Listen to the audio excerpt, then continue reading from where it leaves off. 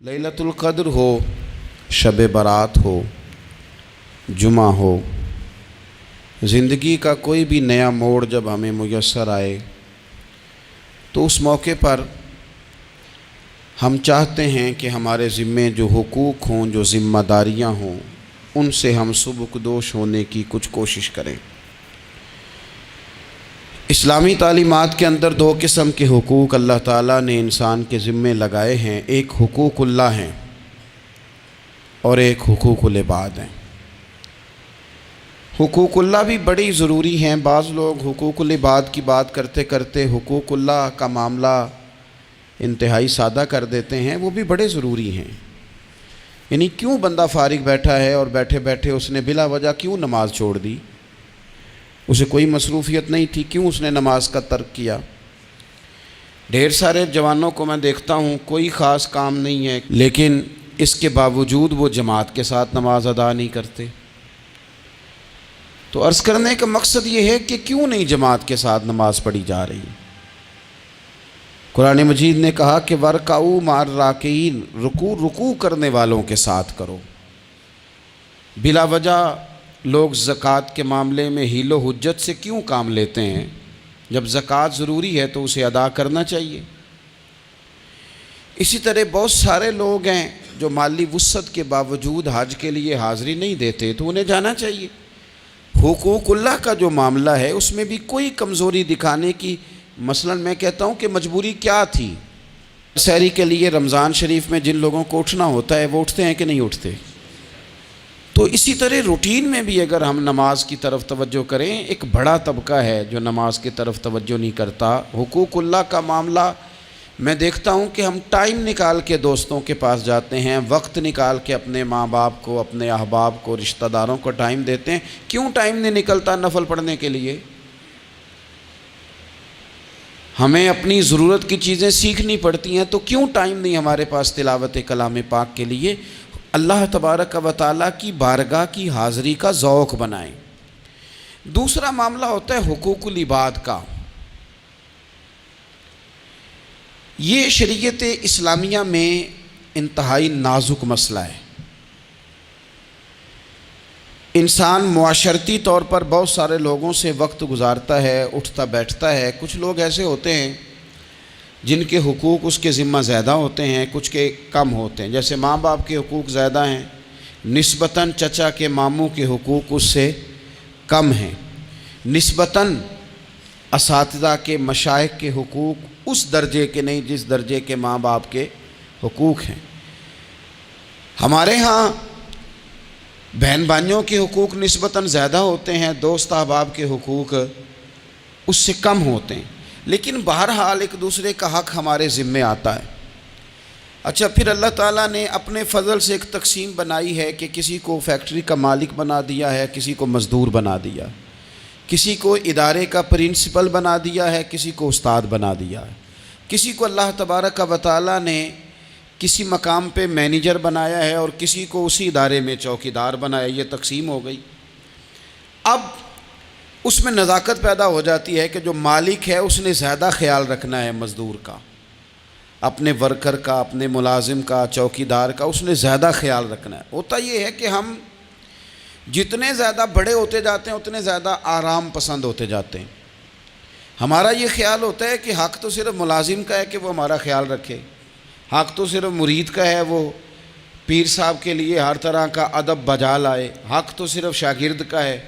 حالانکہ جو آدمی جتنا بڑا جاتا ہے اس کی نظر اتنی زیادہ وسیع ہونی چاہیے اور اس کو زیادہ نزاکت کے ساتھ چیزوں کو سمجھنا چاہیے۔ اگر آپ کا دعویٰ ہے کہ مجھے اللہ نے بڑائی دی ہے اور میں کچھ لوگوں پر اللہ نے مجھے حاکم بنایا ہے، تو پھر زیادہ انسان کے دل میں، ذہن میں وسعت ہونی چاہیے اور زیادہ باریکی۔ چلیں، یہ زیادہ ضروری نہیں کہ آپ سب لوگوں کو مطمئن کر سکیں، اطمینان ان کے دلوں کو پہنچانا یہ ضروری نہیں، چونکہ ڈیمانڈ مختلف ہوتی ہے نا ہر آدمی کی۔ لیکن زیادہ ضروری یہ ہے کہ آپ کے ذمے جو ذمہ داریاں تھیں، آپ کے تحت رہنے والے لوگوں کی، اولاد کی، شاگردوں کی، ارادت مندوں کی، احباب کی، ملازمین کی، وہ آپ نے کس حد تک پوری کی؟ نبی پاک صلی اللہ تعالیٰ علیہ وسلم نے ہمیں حقوق العباد کے معاملے میں زیادہ احتیاط کرنے کا کہا ہے، اور حضور سید عالم علیہ السلام نے صحابہ کے بھرے مجمع میں سے یہ سوال کھڑا کیا، فرمایا تم مجھے بتاؤ مفلس کون ہے، غریب، تنگ دست اور بالکل تہی دست بندہ کون ہے؟ ہمارے ہاں سارے لوگ یہ رمضان شروع ہوتا ہے تو لوگ کہنا شروع کر پیر صاحب دعا منگو، حالات بڑے خراب ہیں۔ مثلا کیا خراب ہے حالات؟ شامی روٹی نہیں لبدی، حالات صرف یہ خراب ہیں کہ پڑوسی نے پجارو لے لی اور مجھے نہیں ملی، اتنے ہی حالات خراب ہیں، اس سے زیادہ تو نہیں۔ حالات اتنے ہی خراب ہیں کہ جو باہر بھائی چلا گیا تھا اس نے فلانی سوسائٹی میں پلاٹ لے لیا، میں پیچھے رہ گیا ہوں، اس سے زیادہ تو کوئی ایسا معاملہ نہیں۔ تو کتنے سارے لوگ ہیں جو اس بات کا اظہار کرتے ہیں۔ پھر میں نے یہ دیکھا ہے کہ بلا وجہ کے بعد لوگ شکوے کرتے ہیں، دیکھو جی میرا بھائی ہے، میرا دوست ہے، میرا رشتہ دار ہے، پڑوسی ہے، تو اس نے گاڑی بدل لیا ہے، موبائل بدل لیا ہے، فلانی چیز اس نے لے لیا، میرا خیال نہیں رکھا۔ بھئی مثلا آپ کا کیا خیال رکھنا چاہیے تھا؟ نہیں، اس نے موبائل لیا ہے 3 لاکھ کا، تو آپ کا خیال ہے کہ میرا یہ خیال رکھتا کہ 1.5 کا مجھے لے دیتا، 1.5 کا وہ یہ لے لیتا۔ یہ مطالبہ غلط ہے شریعت میں۔ آپ کے جو ذمے، اس کی ذمہ داریاں جہاں تک بنتی ہیں وہاں تک تو وہ ادا کرے گا۔ دیکھیں نا، شریعت اسلامیہ بڑا پیار کرتی ہے بندے کے ساتھ، تو کھرب پتی بندے پر بھی شریعت نے یہ نہیں قدغن لگائی کہ تو کھرب پتی ہے تو اس طرح کر 40% زکوٰۃ دے، یہ نہیں کہا۔ لاکھ پتی بھی 2.5% ہی دے گا اور ارب کھرب پتی بھی 2.5% ہی دے گا۔ اگر اس کے دل میں وسعت اللہ نے پیدا کیا تو وہ لوگوں کا خیال کرے۔ تو حقوق العباد کے معاملے میں بعض تو ہمارے مطالبات ہیں جو مطالبے ہی سرے سے درست نہیں، سرے سے ٹھیک نہیں، لیکن جو بعض اوقات ہمارے وجود سے، لہجے سے، آنے جانے سے ٹھیس پہنچ جاتے۔ میں پرسنلی بعض چیزوں کو نوٹ کرتا ہوں اور مجھے ان کا بڑا خیال رہتا ہے۔ میں محسوس کرتا ہوں کہ نہ چاہتے ہوئے بھی ہمارے رویے سے بعض لوگوں کو تکلیف ہوتی ہے، نہ چاہتے ہوئے۔ تو حقوق العباد کے مسئلے میں ہم زیادہ کمزور ہو جاتے ہیں۔ آج یہ سوچنا ہے کہ وہ جو میری ذمہ داریاں ہیں، جو شریعت نے، دین نے، اسلام نے، اور کچھ میں نے خود کہیں شاگرد بن کر، کہیں ارادت مند بن کر، کسی جماعت کا ممبر بن کر، کسی مسجد کی ذمہ داری لے کر، کسی ویلفیئر کام کی ذمہ داری لے کر، کسی غریب کی ذمہ داری لے کر، کسی مزدور کی ذمہ داری لے کر، جو میں نے اپنے اوپر خود چیزیں ضروری قرار دے لی ہیں، میں ان میں کہاں تک کامیاب ہو سکا ہوں اپنی ذمہ داریوں کا۔ حضرت معاویہ بن خدیج رضی اللہ تعالیٰ عنہ ایک صحابی ہیں، وہ فرماتے ہیں کہ مجھے حضرت عمر نے کہیں بھیجا تھا جہاد کے لیے، تو میں وہ کامیابی کی خبر لے کر دوپہر کو لوٹا۔ تو عرب شریف کے اندر چونکہ گرمی زیادہ ہوتی ہے، میں نے مناسب نہیں سمجھا کہ میں حضرت عمر کو دوپہر کو جگا کے خبر دوں کہ حضور بے فکر ہو جائیں، اللہ نے کامیابی دے دی۔ میں نے شام ہونے کا انتظار کیا، یہ ان کے اچھے اخلاق کی علامت، اعلیٰ ظرفی کی بات بتا رہے ہیں۔ کہتے میں نے شام ہونے کا انتظار کیا، مغرب کے وقت یا عصر کے وقت میری ملاقات ہوئی، تو میں نے حضرت عمر سے کہا کہ حضور الحمدللہ اللہ نے کامیابی دے دی، جس مہم پہ آپ نے بھیجا تھا وہ اللہ کے فضل سے اس مہم سے کامیابی ہو گئی۔ تو حضرت عمر فرمانے لگے دیر سے کیوں آئے؟ مجھے تو امید تھی کہ تم سرے دوپہر آ جاؤ گے۔ میں نے کہا حضور میں دوپہر کو ہی گیا تھا، دوپہر کو ہی گیا تھا، پر سوچا کہ آپ آرام میں ہوں گے۔ کیا جواب ہے، اور کیا اس جواب کے اندر بہت سارے لوگوں کی ترجمانی ہے۔ حضرت عمر فرمانے لگے آرام کرتا تھا میں، پر وہ دور گزر گیا، اب تم دوپہر کی بات کرتے ہو، اب تو رات کو بھی کم ملتا ہے۔ وہ تھا ایک دور، اب جب اپنے ذمے خود ذمہ داریاں زیادہ لے لی، اب کیا پتا کہ کوئی کہاں سے چل پڑا ہے تجھے ملنے کو۔ وہ دور گزر گیا جب تو سوتا تھا، من چاہی زندگی بتاتا تھا، اب تو نے خود یہ فیصلہ کیا ہے، اب تو میں بھائی تم دوپہر کی بات کرتے ہو، میں تو رات کو بھی گشت کرتا ہوں کہ کوئی ضرورت مند تو نہیں، کوئی حاجت مند تو نہیں۔ تو جو ہمارے ذمہ داریاں ہیں ان میں نازک حد تک امام بہقی روایت لائے ہیں، ایک صحابی تھے جو حضور کو ہنسایا کرتے تھے، حضور کو ہنساتے تھے، نبی پاک کو بڑے پیارے تھے۔ اس طرح کے بھی کچھ بندے ہونے چاہیے، اس طرح کے بھی کچھ بندے صحابہ کرام علیہم رضوان فرماتے ہیں جب حضور غم امت میں پریشان ہوتے تھے تو ہم منتظر ہوتے تھے کہ کبھی وہ ہنسانے والا آج آ جائے نا، دو چار باتیں ایسی کر جائے نا ہنسانے والی تو معاملہ ٹھیک ہو جائے۔ کچھ لوگ ایسے ہوتے ہیں جن کو دیکھ کے ہی چہرے پر تازگی آ جاتی ہے، مثل تعویذ ہوتے ہیں نا کچھ لوگ، وہ جب بھی ملتے ہیں شفا ہوتی ہے۔ تو یہ حضور کے پاس بیٹھے ہوئے تھے اور ہنسانے والی گفتگو کر رہے تھے، تو نبی پاک بھی ان سے باتیں کرنے لگے۔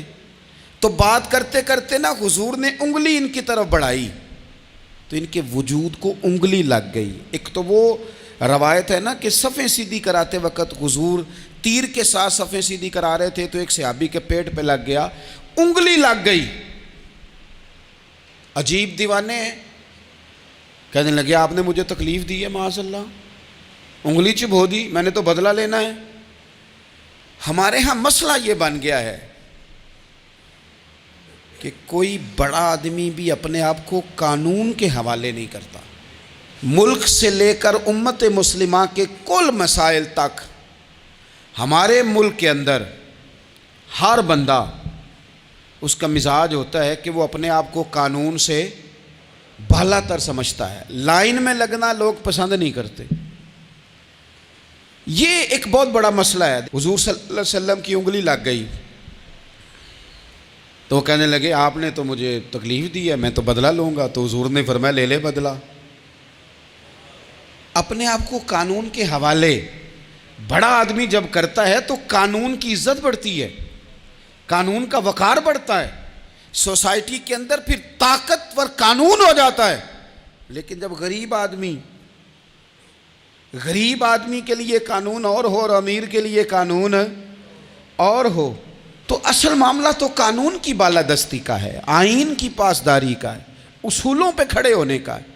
تو نبی پاک صلی اللہ تعالیٰ علیہ وسلم سے کہا کہ میں، حضور نے فرمایا لے لو بدلہ۔ یہ حقوق العباد کی نزاکت عرض کر رہا ہوں، لے لو بدلہ۔ انہوں نے کہا جی پیٹ سے کپڑا ہٹائیے، تو حضور نے پیٹ سے کپڑا ہٹا دیا۔ تو بڑے دیوانے آدمی تھے، انہوں نے امت کو بتانا تھا کہ کچھ اس طرح کے رنگ بھی ہوتے ہیں محبت کرنے کے لیے، الٹی ہی چال چلتے ہیں دیوان گانے عشق، آنکھوں کو بند کرتے ہیں دیدار کے لیے۔ اس طرح بھی کبھی کبھی ہوتا ہے۔ کپڑا حضور نے ہٹایا تو انہوں نے نبی پاک کے جسم نور کو چومنا شروع کر دیا، کہنے لگے دن بڑے ہو گئے تھے، موقع نہیں کو بن رہا تھا، تو چلو یہ ایک موقع ملا ہے حضور، آپ کو کسی کے ساتھ زیادتی کر سکتے ہیں تو میں تو موقع تلاش کر رہا تھا۔ اور میرے بھائی نماز کا بھی موقع تلاش کرتے تھے صحابہ، جہاد کا بھی موقع ڈھونڈتے تھے، پر محبوب سے محبت کا بھی موقع ڈھونڈتے تھے۔ کبھی کبھی نا محبت کا بھی تو موقع نرے خشک نہیں نہ ہو جانا چاہیے۔ نہ علماں وچ پھسا سانو تو یار دی گل سنا سانو، اتھے علم دا سکہ نہیں چلدا جتھے عشق ہوراں دا ڈیرا ہے۔ تو کبھی ادھر بھی ہیں حقوق العباد کے معاملے میں نزاکت۔ اور پھر جو آیت میں نے قرآن پاک کی پڑھی، ایک تو یہ ہے کہ آپ لوگوں سے معافی معافی مانگے۔ ہمارے ہاں نا معافی کا مزاج، قبول کریں جب کوئی بندہ معافی طلب کرے تو معافی۔ ہمارے ہاں معافی مانگنے کا رواج آپ یقین کریں سرے سے ہے ہی نہیں، بلکہ الٹا لوگ چڑھائی کر جاتے ہیں، کہتے ہیں اوہو تم نے معافی مانگ لی ہے تو معاملہ ہی ختم ہو گیا۔ اور جو آدمی، میں بڑے زمانے سے کہہ رہا ہوں کہ میرے ملک میں ایک رواج بنتا جا رہا ہے، جس کی زبان جتنی زیادہ سخت ہوتی ہے اس کا عروج اتنا زیادہ ہوتا ہے۔ جو تھوڑا سا شرافت کا مظاہرہ کرے لوگ اسے بزدل سمجھ لیتے ہیں۔ عزیز بھائیوں، اپنی زندگی میں معافی مانگنے کا مزاج بنائیں۔ آپ طلب کریں کہ یار مجھ سے غلطی ہو گئی، میں انسان ہوں۔ آپ یقین کریں ڈھیر سارے لوگ ہیں جن کے ذمہ ڈھیروں معافیاں ہیں، لیکن ان کا مزاج نہیں، ان کی طبیعت نہیں، ان کا تکبر آڑے آ گیا ہے۔ اور میرے نبی پاک صلی اللہ تعالیٰ علیہ وآلہ وسلم نے فرمایا تھا یہیں بدلہ دے دو کسی کا دینا ہے تو، یہیں معافی لے لو، یہیں، ورنہ فرمایا یاد رکھنا قیامت کے دن تو اس طرح ہوگا کہ اگر سینگ والی بکری نے بغیر سینگ والی بکری کو مارا ہوگا اسے بھی قیامت میں بدلہ دینا پڑے گا۔ یہی معافی تلافی لے لو، یہی۔ تو ہمارے ہاں مزاج نہیں، مزاج بنائیں نا آپ، معافی کا مزاج بنائیں۔ رسمی ویسے معافیاں مانگتے ہیں، آج پہ جا رہا ہوں بھائی اگر کوئی ہو گئی تو معاف کر دینا، یہ تو رسم ہے، تو بڑی دنیا ادا کرتی۔ آپ کو پتہ ہے کہاں آپ کو معافی لینی ہے.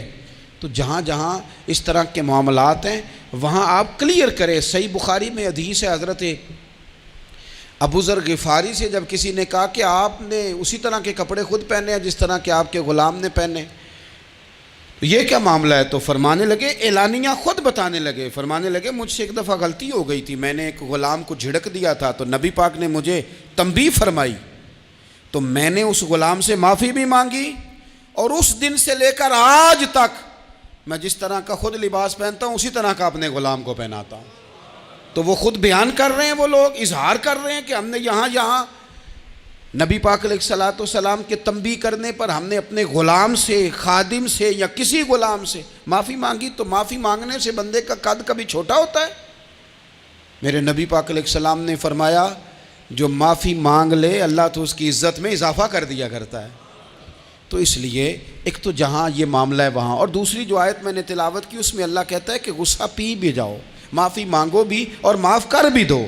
والکاظمین الغیظ والعافین عن الناس، فرمایا وہ لوگ جو غصہ پی جاتے ہیں اور لوگوں سے درگزر کرتے ہیں، لوگوں سے درگزر کرتے ہیں. واللہ یحب المحسنین، اللہ ان احسان کرنے والوں سے محبت فرماتا ہے، ان سے اللہ پیار کرتا ہے. تو رب فرماتا ہے جو غصہ پی جاتے ہیں والعافین عن الناس، اور لوگوں سے درگزر کرتے ہیں، ایک تو معافی مانگے اور دوسرا معاف کر بھی دیں. اگر دل میں کوئی بات ہو تو معاف، ہر روز لوگوں کو معاف کر کے سویا کریں.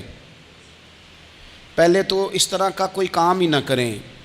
ایک شخص نے جملہ کہا تھا، لکھا تھا، کمال لکھا تھا، اس نے کہا تھا کبھی ایسا کوئی کام نہ کرنا کہ کوئی تمہاری وجہ سے جا کے رب کے سامنے رونا شروع کر دے.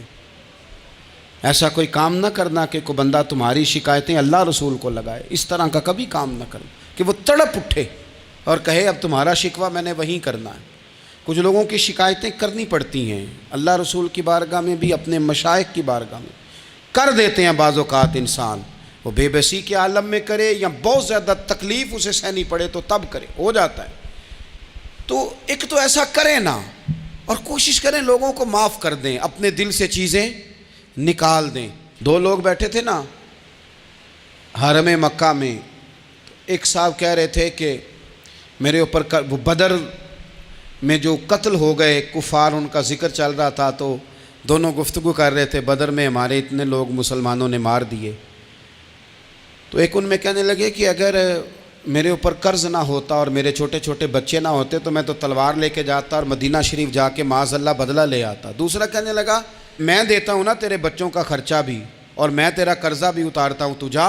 اس نے کہا پکی بات ہے؟ کہا ہاں، قرضہ بھی میں اتار دوں گا، تیرے بچوں کا خرچ بھی اٹھاؤں گا، تو جا. اس نے خنجر تیار کیا، تلوار تیار کی، گھوڑے پہ بیٹھا، گلے میں وہ تلوار اس نے اپنے ڈالی اور مدینہ شریف آ گیا. اتفاق کی بات یہ کہ ملاقات حضرت عمر سے ہوئی.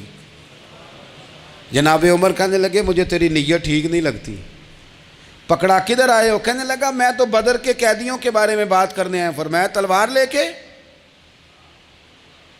لے کے چل تجھے حضور کے پاس لے کے جاتا ہوں. نبی کریم کی بارگاہ میں لے گئے تو حضور فرمانے لگے کیسے آئے ہو؟ کیسے آنا ہوا؟ کہنے لگے جی میں تو بدر کے جو قیدی آپ کے پاس ہیں ان کی بات کرنے آیا تھا. تو حضور فرمانے لگے چل پھر باقی کی میں سناؤں. خیال آیا مسلمان نیک و بد پہچان جاتے ہیں، محمد آدمی کے دل کی باتیں جان جاتے ہیں صلی اللہ تعالی علیہ وسلم. فرمایا میں سناؤں؟ حضور کیا؟ فرمایا تم اور فلاں بن فلاں وہاں بیٹھے ہوئے تھے نا حرم مکہ میں فلاں پہاڑ کے ساتھ ٹیک لگا کے، اور تم نے یہ کہا تھا نا کہ قرضہ نہ ہوتا، بچے چھوٹے نہ ہوتے تو بدر کے مقتولین کا میں بدلہ لیتا. یہ سارا کچھ طے کر کے پھر آئے ہو تلوار لے کے، اور یہاں کہتے ہو میں قیدیوں کے بارے میں بات کرنے آیا تھا. اس کے تو پسینے چھوٹ گئے، وہ تو بے حال ہو گیا. اس نے کہا اس کا تو سوائے اس کے اور میرے کسی کو نہیں پتا، اور اگر آپ کو پتا چل گیا ہے تو پھر آپ اللہ کے سچے رسول ہیں. تو حضور اگر آپ کو پتا چل گیا ہے کہ میں قتل کرنے کے ارادے سے آیا ہوں، میں معاذ اللہ بدلہ لینے آیا ہوں، اللہ کرے آپ کو سمجھ آئے میری بات کی. یعنی ایک تو یہ ہے کہ بندہ وہ پکڑا گیا ہے اور ایک یہ کہ کسی کو پتہ چل گیا ہے کہ یہ اس کام آیا ہے، پھر لوگ جب معافی دیتے ہیں تو بڑی کہانیاں سنا کے دیتے ہیں، ایسے نہیں دیتے۔ حضور اب آپ کو پتہ چل گیا ہے تو کیا کریں گے؟ تو حضور فرمانے لگے تو بتا نا تیرے ساتھ کیا کریں۔ اس نے کہا کہ میں نے سنا ہے آپ معاف بڑا کر دیتے ہیں، یعنی یہ گھر سے کوئی پیار کرنے نہیں آیا، پھولوں کا گلدستہ لے کے نہیں آیا، تلوار لے کے آیا، لیکن یہ میرے محبوب کا حوصلہ ہے، اور آیا بھی عین مسلمانوں کے بیچ ہے، جو چاہیں اس کے ساتھ کر سکتے ہیں۔ اس نے کہا معاف کر دیں، تو حضور نے فرمایا جا میں نے معاف کیا۔ حضور نے معاف کیا۔ وہ کہتا حضور معاف کر رہے تھے اور رب میرے دل میں ایمان کو تازگی عطا فرما رہا تھا، حضور نے معاف کیا اور میں نے کلمہ پڑھنا شروع کر دیا۔ ہم معافی نہیں دیتے، کبھی کبھی صلح تو کر لیتے ہیں، صلح ہو جاتی ہے، پنچایت میں صلح ہو گئی، پھر لڑائی ہوئی، پھر بات شروع سے شروع ہو گئی، کیونکہ ہم نے معافی، پھر وہ بات شروع ہو گئی 1955 سے، تو وہ بھی آکھیا سی، تو اے بھی کیتا سی، وہ بننے والی گل یاد ہی، او بس کر یار، کچھ بھولیں بھی تو۔ بچے پتہ کیوں خوش رہتے ہیں؟ آپ کو پتہ ہے بچے کیوں خوش رہتے ہیں؟ بچوں کو بات بھول جاتی ہے، اس لیے بچے، اماں نے ادھر 2 تھپڑ مارے 3-4 منٹ پہلے، اور اگلے 5 منٹ میں اماں نے پھر ماتھے کا بوسہ لیا تو بھول گئی بات۔ اللہ کرے کوئی تھوڑے تھوڑے بچے بھی بن جائیں، یہ جو بہتے سیانے ہیں نا، ان کا بھی اللہ ہی حافظ ہے، عقل زیادہ آ گئی ہے نا۔ اس لیے اقبال جیسے لوگوں نے کہا تھا خرد کی گتھیاں سلجھا چکا ہوں، یا رب مجھے صاحب جنوں کر دے، صاحب جنوں کر دے، صاحب اللہ کوئی تھوڑا سا مجھے مجنون بھی بنا، یہ زیادہ عقل تو کسی کام کی رہی نہیں، پاگل کر دی، پاگل کر دی۔ بہت سارے لوگ ایسے ہیں زیادہ سمجھدار ہوتے ہیں، لہذا معافی دینے کو تیار، معافی دیں۔ جب کوئی معافی کا مطالبہ کرے تو اسے معافی، سب سے مشکل کام ہوتا ہے لمبی لسٹ والے دشمن کو معاف کرنا۔ لسٹ جس کی لمبی ہو نا غلطیوں کی، ایک آدھ غلطی تو معافی ہو جاتی ہے، کچھ لوگوں کی لسٹ بھی بڑے کچھ عادی مجرم بھی ہوتے ہیں، لسٹ لمبی ہوتی ہے، ان کو معافی دینا بھی تھوڑا سا مشکل ہوتا ہے، لیکن کمال بھی یہ ہے کہ جس کی لسٹ لمبی ہو اسے یک جنبش قلم بندہ معاف کر دے، کو چھٹی ہو گئی جا تجھے معاف کیا۔ اور یہ ہمیں کیوں کرنا چاہیے کہ میرا رب بھی ایسے کرتا ہے، میرا رب بھی ایسے، وہ گنواتا تو نہیں نا، یہ بھی کیا، یہ بھی کیا، یہ بھی کیا۔ حضور فرماتے ہیں، ذرا سننا حدیث، حضور فرماتے ہیں کچھ لوگوں پہ اللہ کرم کی چادر ڈال کے نا قیامت والے دن، یہاں بھی اس نے پردہ رکھا تھا تو وہاں بھی کرم کی چادر ان پہ ڈلے گی، تو اللہ فرمائے گا یہ گناہ کیے تو چھوٹے چھوٹے گناہ اس کے گنوائے جائیں گے، یہ اب وہ ڈرے گا، چونکہ پتہ تے سارا ہے نا سردار نو کیتیاں دا، اب وہ ڈرے گا، چھوٹے چھوٹے گناہ اس کے گنو، تو اس کا خیال ہے بڑے بڑے بھی نہ سامنے آ جائیں، چھوٹی چھوٹی غلطیاں اس کی گنوائی جا رہی ہیں، جو ڈر رہا ہے، کانپ رہا ہے۔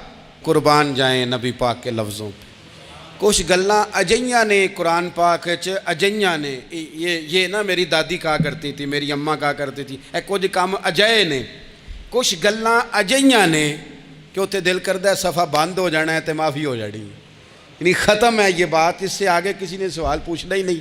چھوٹے چھوٹے گناہوں کا اللہ تذکرہ فرمائیں، یہ کیا یہ کیا یہ کیا، یا اللہ ہو گیا۔ اب بندہ ڈر رہا ہے کہ بڑے بڑے بھی سامنے آ جائیں گے، لیکن چھوٹے گناہوں پہ ہی فل سٹاپ لگا کے نا، تو رب فرمائے گا یہ جو تیرے گناہ ہیں نا اس کے بدلے تجھے نیکیاں دی جا رہی ہیں، تو نے سچی توبہ کی تھی تو ان گناہوں کو بدل کے نیکیاں بنایا جا رہی ہیں۔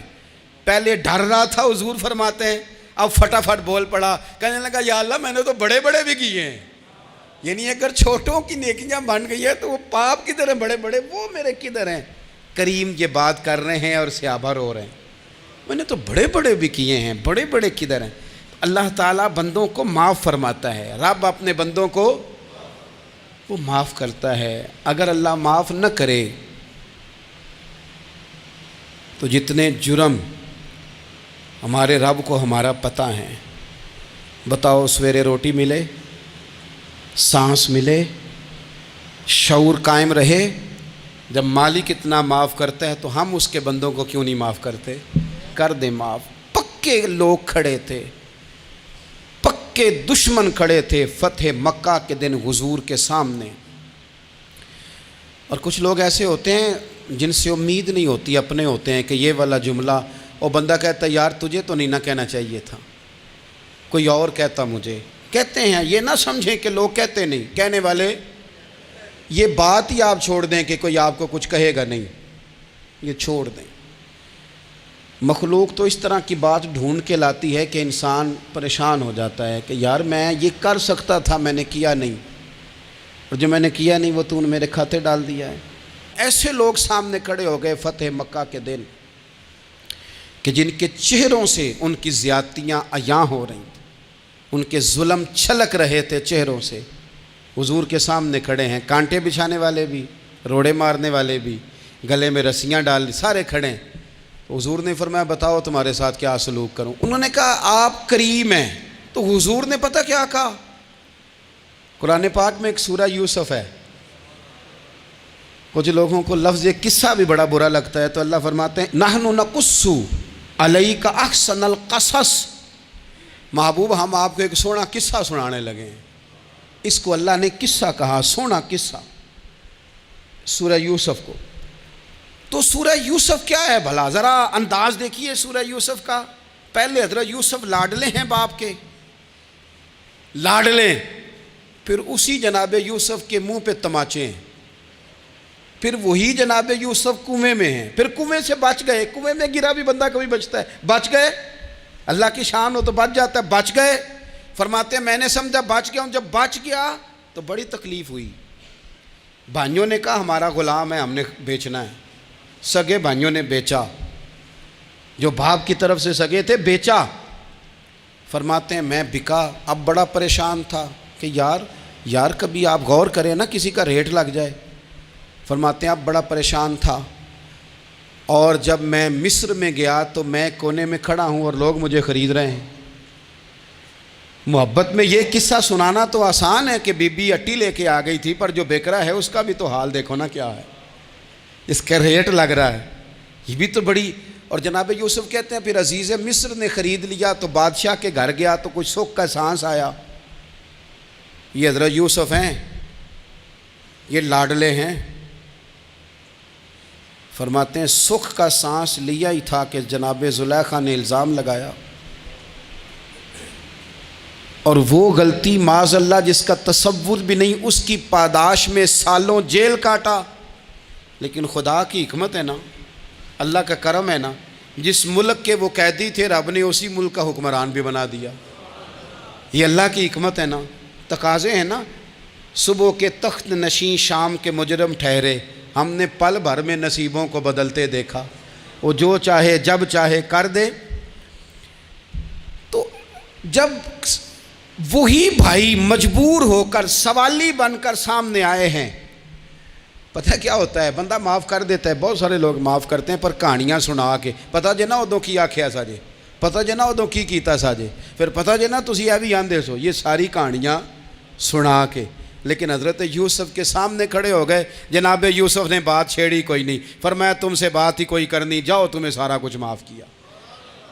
اب جب یہ لوگ مکے والے حضور کے سامنے کھڑے، اس طرح معافی دینی چاہیے. یہ جب سامنے کھڑے ہوئے تو حضور نے فرمایا پتہ تمہارے ساتھ کیا سلوک کرنے والا ہوں؟ کہا حضور نہیں. فرمایا وہی جو جناب یوسف نے بھائیوں کے ساتھ کیا تھا. پچھلا صفحہ پلٹنا ہی کوئی نہیں. جاؤ تمہیں معاف کیا، جاؤ تمہیں معاف کیا، جاؤ تمہیں معاف کیا.